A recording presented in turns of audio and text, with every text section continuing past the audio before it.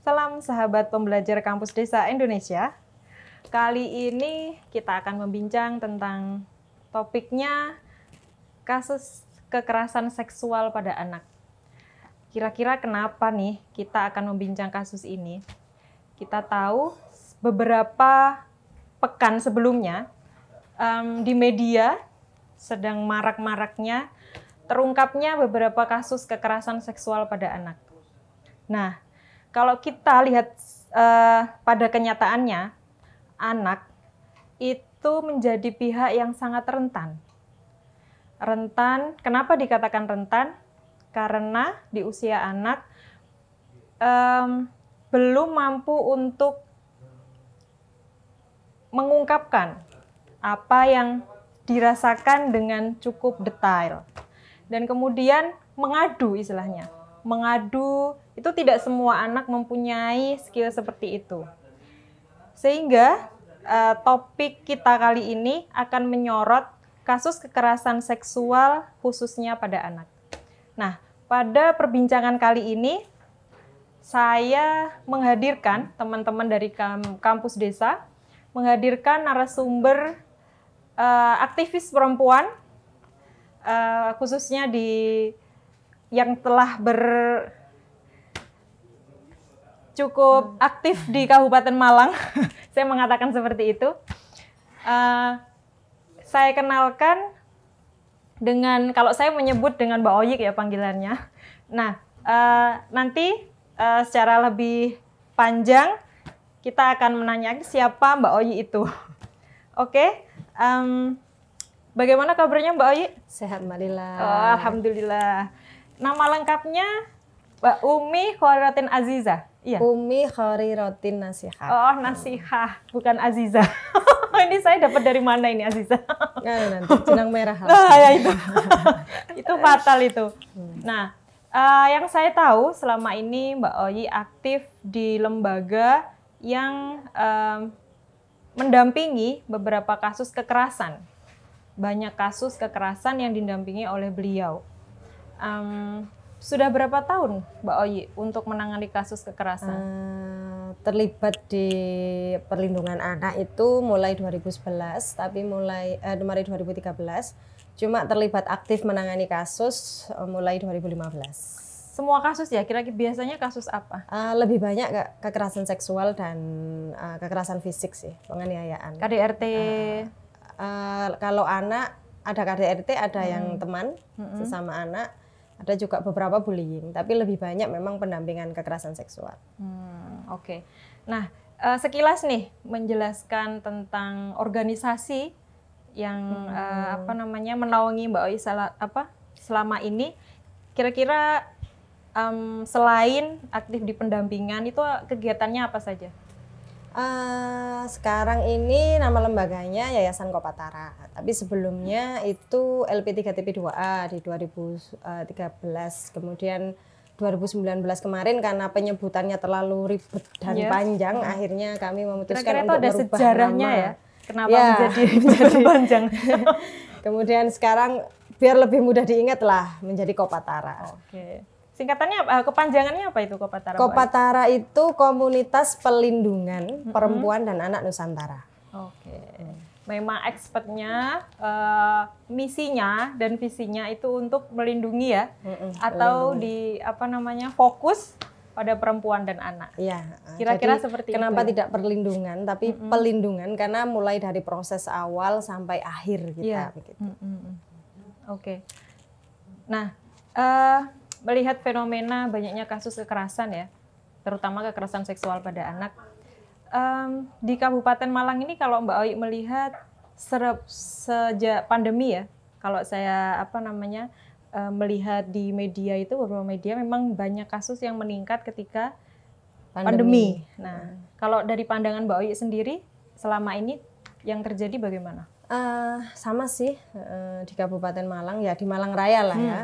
Sama juga kasus kekerasan seksual itu cenderung naik gitu. Cuma trennya lebih beda. Maksudnya kalau dulu kan kita lebih banyak menangani korban anak, kemudian pelaku dewasa. Kalau sekarang itu banyak pelakunya justru anak. Jadi baik sebaya pelaku lah dan teman korban sama-sama dari anak. sebaya. Itu yang lebih banyak begitu ketika pandemi ini. Ya agak miris juga sih, akhirnya kan PR-nya double. Tidak hanya mendampingi korban, tapi juga pelaku ini kan juga karena masih anak-anak begitu. Kira-kira karena apa itu? Apa karena memang karena sekolah yang hanya di rumah ya, online gitu? Memang sangat. Pemicu Ya karena anak-anak kan pegang HP ya Mbak Lin. Anak-anak pegang HP, kemudian kalau orang tua awal pandemi kan masih di rumah ya, masih belajar di rumah, masih kerjanya masih di rumah. Tetapi kan sekarang sudah lebih banyak yang kerja di luar, yang kayak pekerja pabrik, terus pekerja yang lain itu kan nggak bisa di rumah kan, tetap keluar. Sedangkan anak full di rumah pegang HP dan nggak ada siapa-siapa, akhirnya ya begitu. Ada yang dengan orang dewasa juga ada pemicu jadi yang ada beberapa kasus sih, sama-sama KS tapi kasusnya berbeda. Ada yang ketika orang tua nggak ada di rumah itu kemudian dia bawa, entah itu si cowok apa si cewek ya, tapi ini sama-sama usia anak, dibawa ke rumah cowoknya lah, ke ceweknya lah gitu. Ketika nggak ada orang tua, ya mereka melakukan hubungan seksual begitu. Akhirnya ya ada yang sampai hamil, ada yang enggak begitu.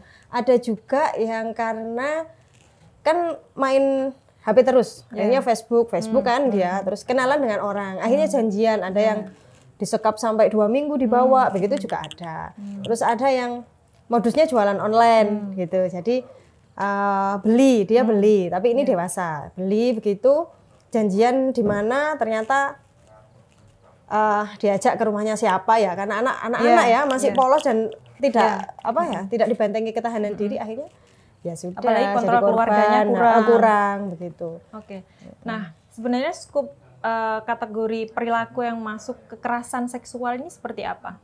Secara umum itu yang masuk ke dalam kasus kekerasan seksual itu seperti apa? Sebenarnya kalau kita lihat di undang-undang itu ya harusnya ya mulai dari kalau kekerasan seksual yang pencabulan itu kan meraba, meremas, mencium itu ya. Tetapi yang hal seperti itu tuh tidak banyak dilaporkan, begitu kan? Tapi yang banyak masuk itu yang dikupas ya yang pemerkosaan, yang memang sudah terjadi. Dampaknya jelas begitu. Kalau anak menurut undang-undang itu dari usia berapa sampai berapa? Anak itu dari usia 0 sampai 18 tahun termasuk di dalam kandungan kalau di dalam undang-undang. Jadi ya itu masuk kategori anak walaupun usianya 17 tetap masih masuk kategori anak-anak. Iya.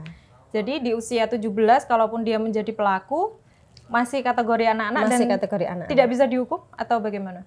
Bisa dihukum, tapi ada proses kalau di Undang-Undang SPPA namanya ada diversi, Jadi dilihat seberapa berat kasusnya, kemudian bisa didiversi atau tidak. Ketika proses diversi itu kan di kepolisian. Ketika tidak berhasil, kemudian tetap dinaikkan ke Kejari, kemudian nanti sidang di PN itu nanti hanya saja keputusannya itu restoratif. Jadi yang memang keputusannya terbaik untuk anak. Jadi walaupun divonis misalnya sekian tahun itu, tapi lapasnya itu kan nanti dapat pembinaan atau dikembalikan ke orang tua atau bagaimana, tergantung keputusannya.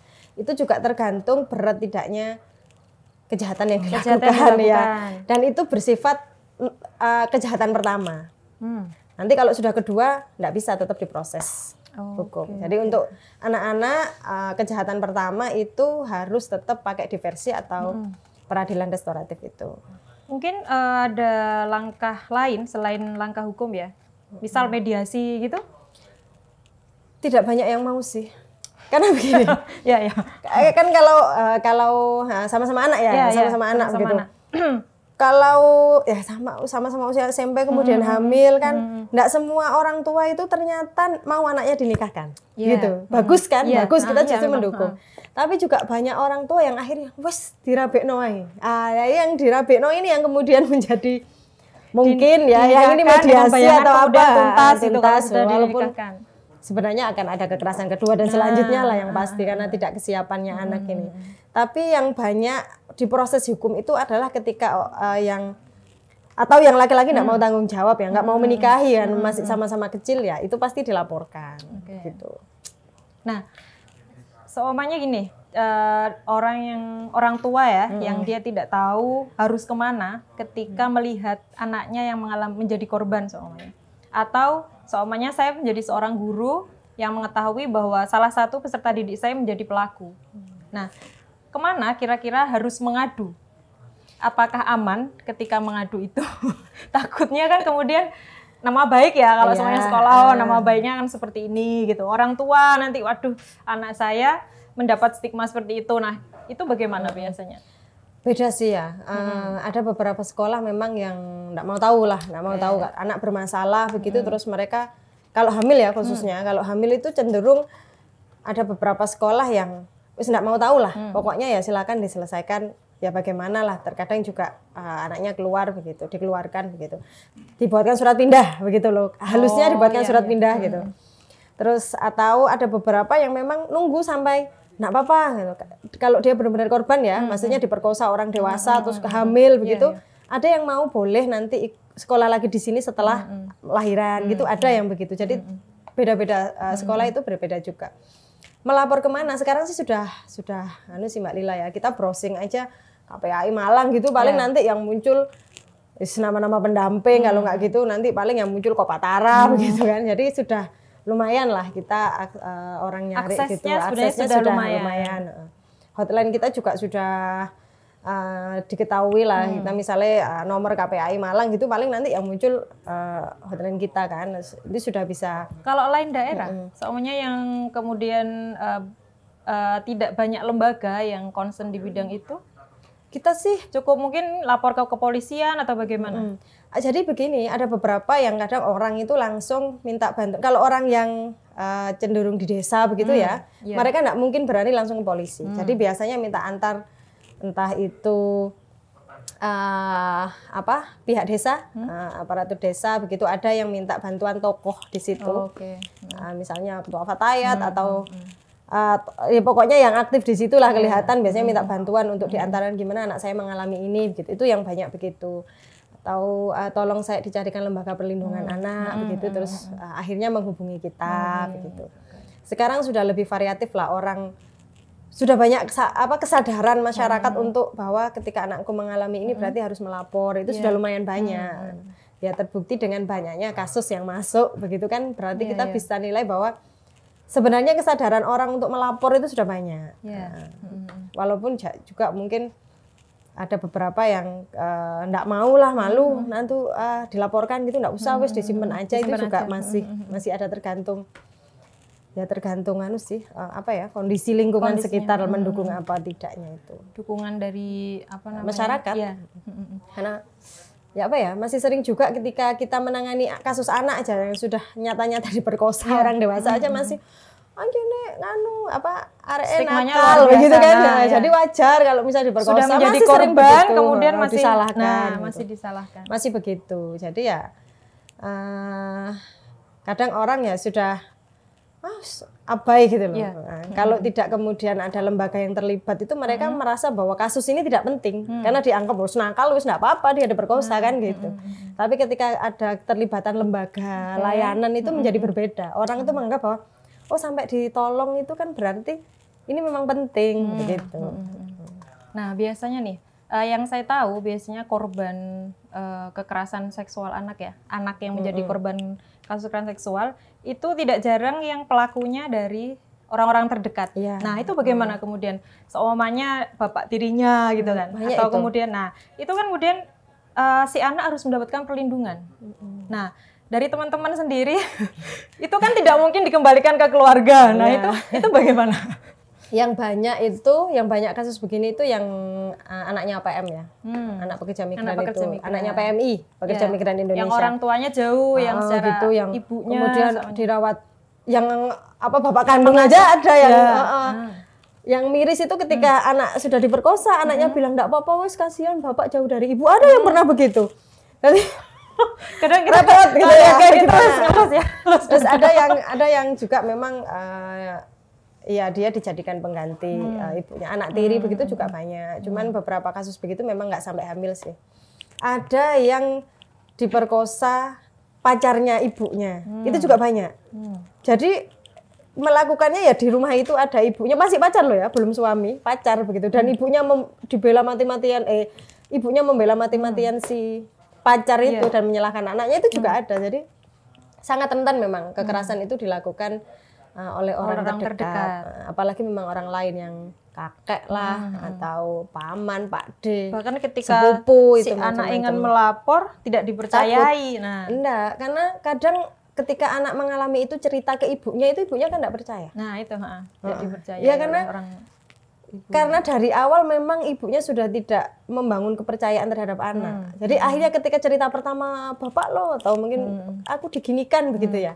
Oh, kamu juga sendiri yang gini ya. Akhirnya kan anak mau cerita kan sudah enggan males dia. kan ya gitu, harus nggak mendapatkan Belum perlindungan ketakutan, begitu. nah. Akhirnya nanti diancam juga. Ngancamnya kan mesti nanti ibumu tak bunuh, rata-rata kan begitu. Ya karena takut ya sudah diem sampai berkali-kali, berbulan-bulan dan bahkan bertahun-tahun ya akan diem terus aja. akhirnya ketika ada laporan soalnya, mungkin tetangganya yang melapor atau gurunya yang melapor gitu, kemudian si anak ini dilindungi atau kemudian ditempatkan di mana? Soalnya keluarga kan sudah tidak memungkinkan untuk melindungi. Apalagi si kalau anak. ibunya yang nggak ada itu ya. Secara otomatis kita ambil lah, kita amankan. Karena kalau yang pelaku terdekat itu juga diciduknya kan cepet gitu. Kalau misalnya bapak atau bapak tiri begitu cepet kan. Jadi anak langsung kita ambil. Kebetulan kita juga ada shelter, Mbak Lila, ada shelter yang untuk mengamankan anak-anak itu. Kita pasti akan asesmen dulu kira-kira selain keluarga inti ini tuh ada siapa. Kalau memang nggak punya keluarga dekat ya kita bawa di shelter sampai kemudian ibunya yang misalnya di luar negeri ya sampai pulang, kita suruh pulang ya kita dampingi, atau misalnya ibunya di luar kota atau ibunya ada begitu ya, secara otomatis kalau ibunya ada ya sama ibunya lah. Begitu. Kalau dari pemerintah sendiri ada nggak semuanya layanan untuk shelter ya untuk anak-anak korban kekerasan itu? Kalau dulu ada, kalau sekarang sudah pakai UPT-nya Dinsos. Pakai UPT-nya Dinsos sih. Nggak ada khusus, belum ada yang khusus. Masih ini ada wacana dari provinsi katanya mau ada shelter yang khusus untuk perempuan anak korban. Selama ini kan masih numpang. Maksudnya UPT-nya Dinsos itu kan sudah ada kan. Maksudnya UPT untuk yang cacat, yang apa ya, masih numpang di situ. Belum ada yang khusus lah. Ya, kalau lembaga kita sayangnya hanya terbatas tempatnya saja, tapi bisa yang terbatas ini bisa kita manfaatkan untuk menampung anak-anak yang jadi korban. Oke. Nah, melihat kerentanan dari anak pekerja migran soalnya, pekerja migran yang tidak harus orang tuanya yang kerja di luar negeri, bisa jadi juga di luar kota. Nah gitu. Sebenarnya untuk mengantisipasi agar tidak terjadi seperti ini, itu kalau saran Mbak Oyi apa? Ada pengasuhan alternatif yang tepat. Itu. Contohnya? Jadi sebelum pergi itu sudah memastikan suaminya ini aman apa enggak. Aman-aman banget begitu. Nah, terus keluarga atau kalau nggak ada itu ya, kalau nggak ada ayahnya misalnya ya bude, bule atau embah atau apa itu memang benar-benar tidak hanya bisa dititipi, tetapi memang benar-benar aman, benar-benar anak itu bisa nanti terlindungi, terus mendidiknya, sekolahnya dan sebagainya itu benar-benar terawasi begitu. Atau memang kalau tidak ada di keluarga ya alternatif terbaik ya entah di pondok, entah di panti, itu kan juga bisa sebenarnya. Iya. Tetap memberikan ruang aman bagi anak. Itu yang terpenting. Oke. Sobat Pembelajar Kampus Desa Indonesia, setelah ini akan kita lanjut lagi dengan topik yang tentunya lebih menarik dari sudut lain, bagaimana kekerasan anak coba untuk dibidik dari sisi dampaknya ya, tadi belum kita olah di situ. Dampak dan kemudian bagaimana orang tua mencegah agar tidak terjadi kekerasan seksual pada anak.